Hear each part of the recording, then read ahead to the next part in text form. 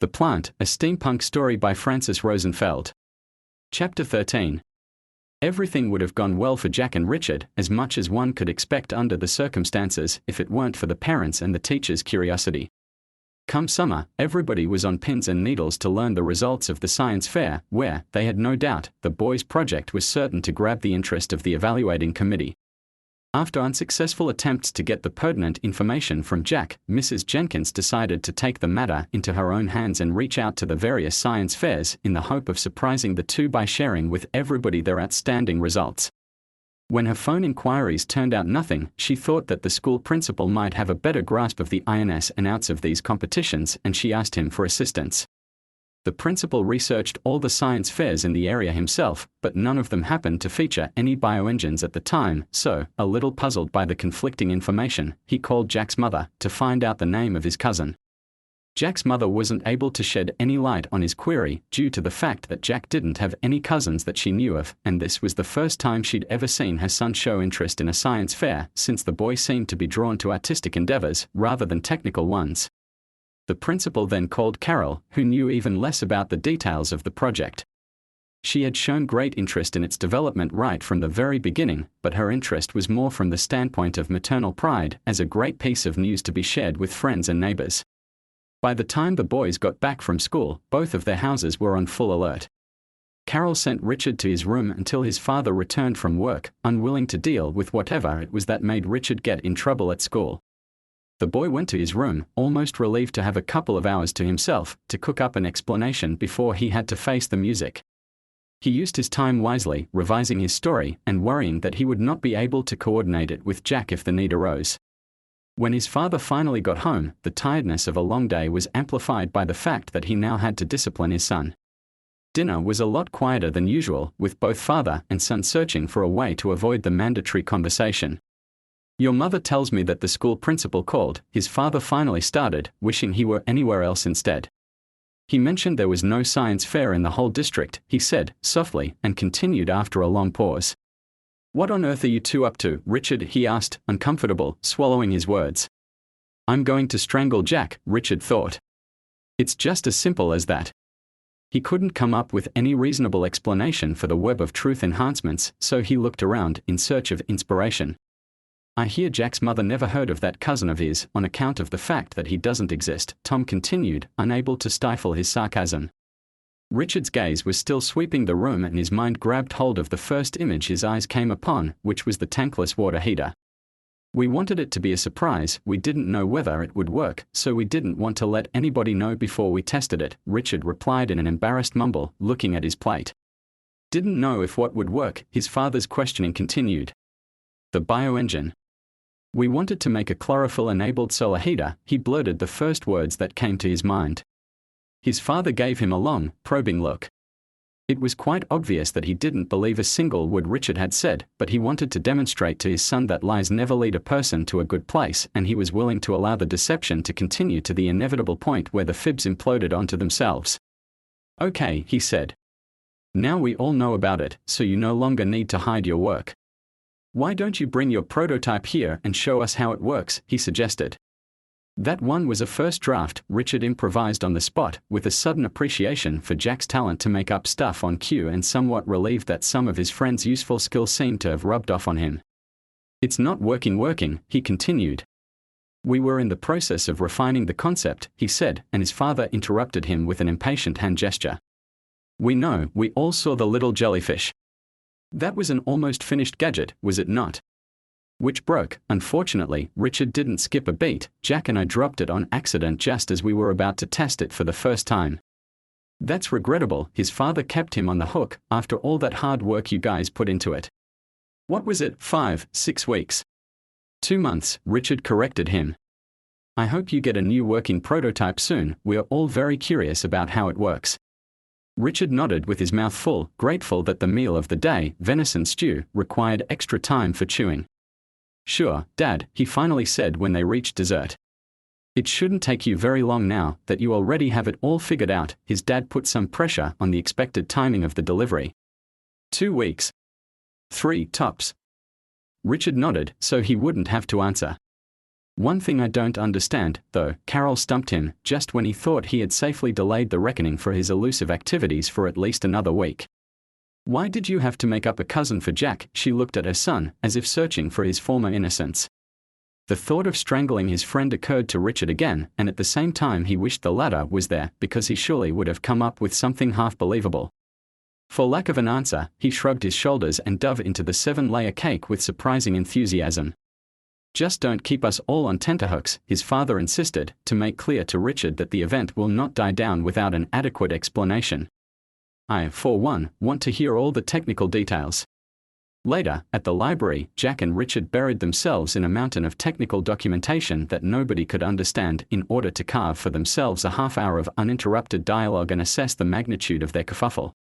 Are you crazy? Jack snapped. Why on earth would you tell your father we were making a chlorophyll-enabled? He forgot the rest of the designation. Solar heater, Richard completed it. I didn't know what to say, okay. I panicked. This is the first thing that came to mind, he whimpered.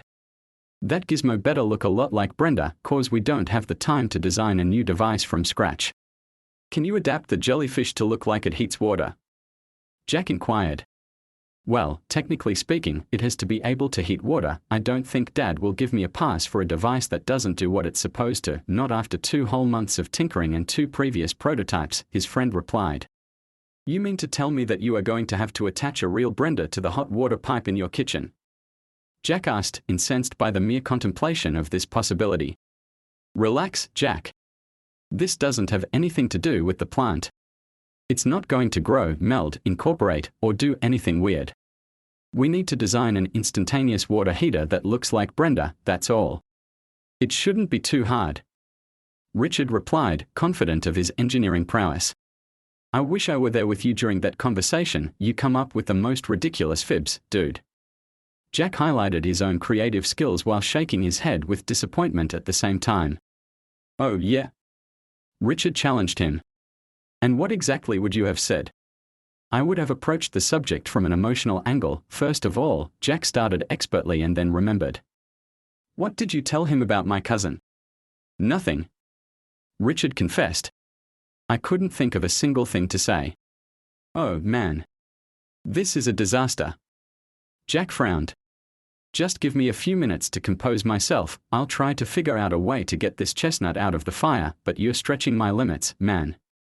They spent some time in silence, with only the shuffling of pages and thumping of books between them. You know. Richard couldn't help himself. Maybe this is not the best place in the world to retreat to in order to come up with a scenario, not with that jolly librarian on our case constantly. As compared to what?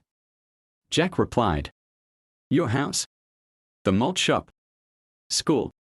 At least this place is quiet enough for us to be able to think, he frowned, irked by the interruption. Richard spent the next couple of weeks trying to reconfigure Brenda to function as a water heater, a task that, as it is often the case, proved to be significantly more difficult in practice than its theory originally assumed. At the end of this time period, however, an updated version of Brenda was born, a little smaller than the first one, but just as strange looking. I still can't look at those tentacles, Snake. Jack gave the mechanical jellyfish a dirty look. No offense to Brenda, he corrected himself. Priorities, Jack. Richard scolded him. If I don't come up with a Brenda heater by the end of this week, there will be hell to pay. How is it coming? Jack asked, eyeing the device with intense curiosity. Never you mind. Richard retorted. Did you come up with an explanation about your non-existent cousin? Of course I did. Jack replied, vexed that his friend could even suspect otherwise. It was because of the science fair regulations, which required the teams to consist of at least 3 people, and we didn't have a third, so we made one up. But the science fair is no longer in the picture, remember? Richard pointed out. Pay attention, Richard. Doesn't matter what is or isn't right now, it made sense inside the original premise, the one we have to explain. This thing is harder to keep track of than a soap opera. What was next? Ah, yes, the surprise, he remembered. Why did we want to keep it a surprise, he asked Richard, who again was caught unawares. You never think these things through, Jack chastised him, shaking his head again. We wanted to keep it a surprise because everybody is bothered by the plant, and since our device is kind of based on plant biology, we worried that it might make people uncomfortable, he explained, as if describing the proper setup of a scene from a movie. Jack approached the synthetic jellyfish again. I'm not sure I'd trust this thing with the hot water pipe. What if it sinks its hooks in it and refuses to let go, he said. It's just programmed to grab hold of anything that looks like a tube. See, he demonstrated, slightly touching the quivering tentacles with one of his fingers. Brenda grabbed onto it eagerly, to Jack's dismay. Wow, dude, don't do this to me. I don't want to see this thing chew your finger off, he flinched. She's a sweetheart, Richard defended his synthetic pet, totally harmless. How does she let go of it? Jack asked and watched as his friend tapped Brenda on the head, prompting the mechanical jellyfish to release his finger. I don't know about the utility of this object, but it sure is entertaining, Jack giggled. Are you sure it needs to be a water heater? We could turn it into a toy, he suggested, but his friend ignored him and immersed himself in his work. In the meantime, back at the factory, some of the workers slowly started populating the plant's biodome with light furniture and tropical plants, which attracted birds and small wildlife to create a little garden for winter-weary people. The dome was large enough now to be noticeable from the Belvedere Point, and if one were to adhere to Richard's smoke-hissing dragon metaphor, one would have noticed that the dragon had grown a little chubby. From the height and distance of the observation deck, this organic addition to the factory assets looked like a strange Noah's Ark, upside down and gleaming in the sunshine, filled with life to protect, indifferent to opinions and human priorities, the ultimate triumph of nature, benevolent and gleeful in its will to survive. In the few moments he afforded himself for relaxation, with the deadline of his project looming, Richard sometimes liked to walk to the lookout point, watch the city that bustled with life in the valley below and wonder how things might have turned out differently if he didn't, in a manner of speaking, help bring this new life into the world, however strange and unsettling it was. At times like these he stopped thinking of this large living conglomerate in terms of good or bad. One doesn't question whether the squirrels or the lions or the grass of the plain are good or bad, they just are, and so is the sun and the sky and the snow on the mountains. When you open your eyes to life and see them for the first time, you don't judge whether they belong or whether you belong. The wholeness of being is a shared experience, and it is laid down before you to provide the fabric and the context of your life.